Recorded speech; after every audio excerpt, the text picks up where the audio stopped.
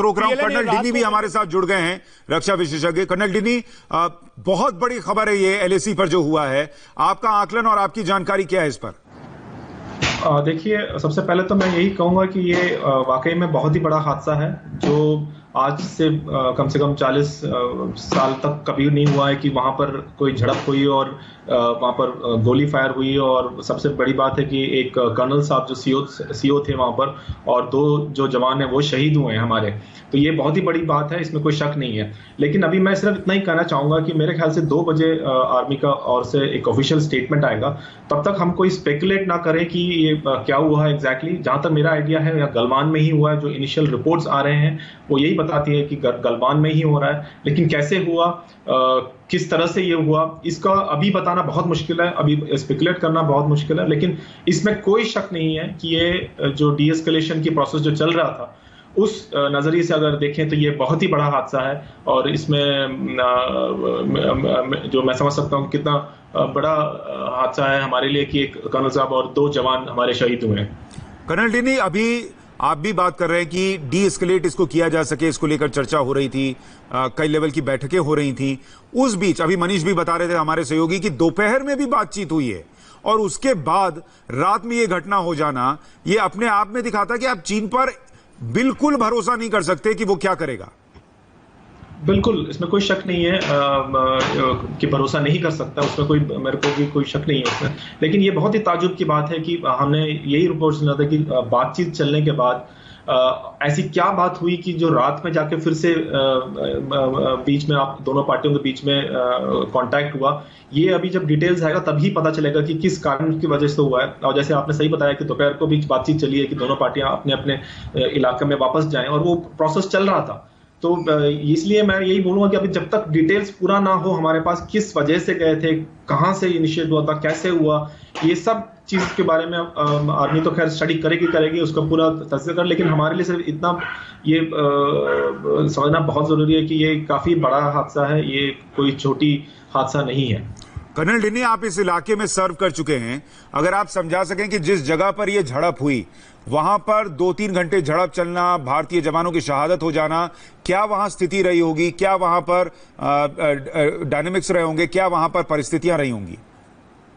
देखिए, इस इलाका जो गलवान का जो इलाका जो बोल रहा है, वो बहुत ही एक नदी, छोटी सी नदी बहती है। और कर्नल डिनी, मैं आपको थोड़ा सा माफी के साथ रोक रहा हूं, हमारे सहयोगी मनीष के पास कुछ जानकारी आ रही है। मनीष, बताइए।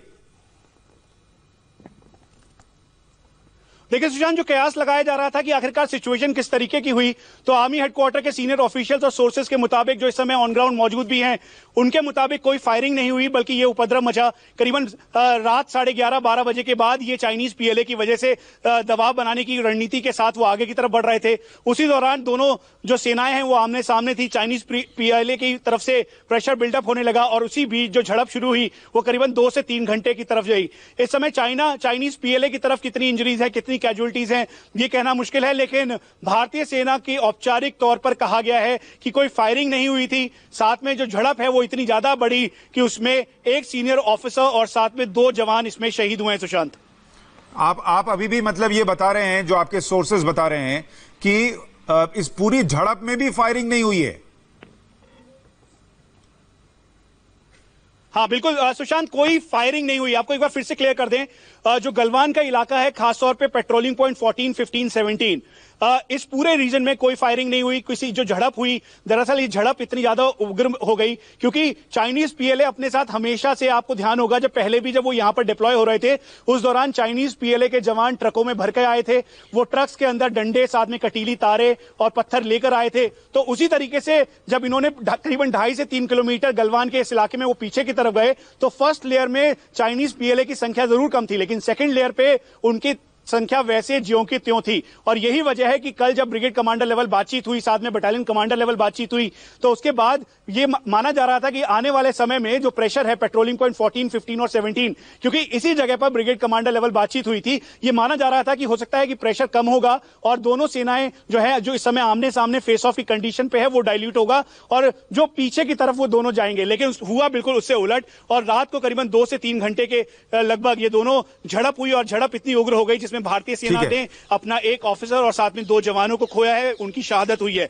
कर्नल डिमी भी बता पाएंगे, क्योंकि खासतौर पर ये जो रीजन है पेंगोंग त्सो से बिल्कुल अलग एक्सिस पे है, और ये जो गलवान का इलाका है ये स्ट्रेटेजिक पॉइंट भी है, क्योंकि अगर चाइनीज पीएलए यहां पर दबाव बनाता है और यहां पर दबाव बनाता है, वो सीधा सीधा टारगेट जो डीएसडीबीओ रोड है, दुर्बुक श्योक और दौलत बेग गोल्डी 255 किलोमीटर का ये रोड, दरअसल उस पर प्रेशर बनाने के लिए चाइनीज पीएलए की रणनीति थी, और इसी को फ्यूज करने के लिए भारतीय सेना बिल्कुल तत्पर और तैयार थी। और मनीष, अभी पहले जो आप जानकारी दे रहे हैं उस पर कर्नल डिनी से एक बार रिएक्शन ले लें। कर्नल डिनी, आप जो बात कह रहे थे, स्थितियां वहां की समझा रहे थे, उसमें मनीष जो कह रहे हैं उसको जोड़ते हुए आप समझाइए कि कोई गोली नहीं चली है, वहां झड़प इतनी तीव्र हुई, जबरदस्त हुई कि शहादत हुई है।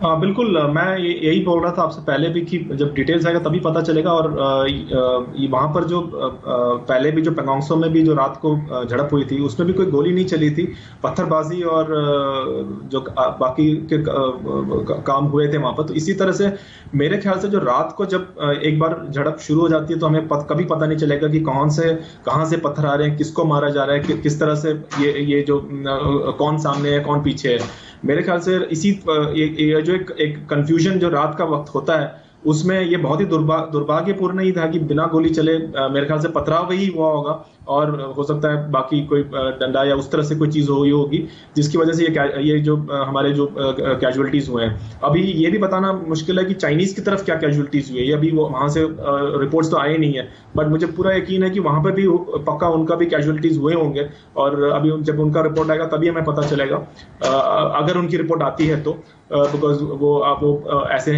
रिपोर्ट्स इतने इजीली वो बाहर भेजते नहीं है, तो इसलिए जब तक वो ऑफिशियली रिपोर्ट ना करें तो हमें पता नहीं चले। लेकिन मुझे पूरा यकीन है कि कैजुअलिटीज दोनों तरफ ही होंगे, एक तरफ नहीं हुआ होगा, ये दोनों तरफ होंगे।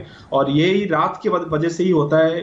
अगर रात में कभी भी ऐसी चीजें होती हैं तो बहुत मुश्किल होता है कंट्रोल करना, और ये सीओ भी सबसे आगे रहे होंगे अपने जवानों को कंट्रोल करते हुए, और इसीलिए उनकी भी कैजुअलिटीज हुए हैं, और 2 जवान भी हमारे कैजुअलिटी हुए हैं। तो यही है कि अभी गोली नहीं चली, ये कंफर्म हुआ एटलीस्ट इस चीज का एक ये है कि चलो गोली नहीं चली, लेकिन पत्थरबाजी और जो बाकी चीजें हुई है वो भी बहुत ही कर्नल डिनी, एक बात बताइए, आप इस इलाके में सीओ रहे हैं, अगर सीओ वहां पर थे तो उनके साथ और कितने जवान रहे होंगे? देखिए, जितना मैं समझ सकता हूं, अभी पहले तो बातचीत के बाद ये दोनों पार्टियां वापस चली गई, अभी ये रिपोर्ट आ रही है कि फिर एक पार्टी वापस आई, तो हो सकता है, मैं सिर्फ इसमें एक अनुमान ही लगा सकता हूं, एक्चुअल में क्या हुआ है वहीं पर पता होगा, बट सिर्फ मेरा एक अनुमान हुआ होगा। जो पहले कोई झड़प रात को शुरू हुआ होगा, और हो सकता है उसको सॉल्व करने के लिए या उसको कम करने के लिए सीओ आगे गए होंगे। उसके ये भी कारण हो सकता है कि तब उनकी कैजुअलिटी हुई वो, क्योंकि ऐसे तो मुश्किल है कि वहीं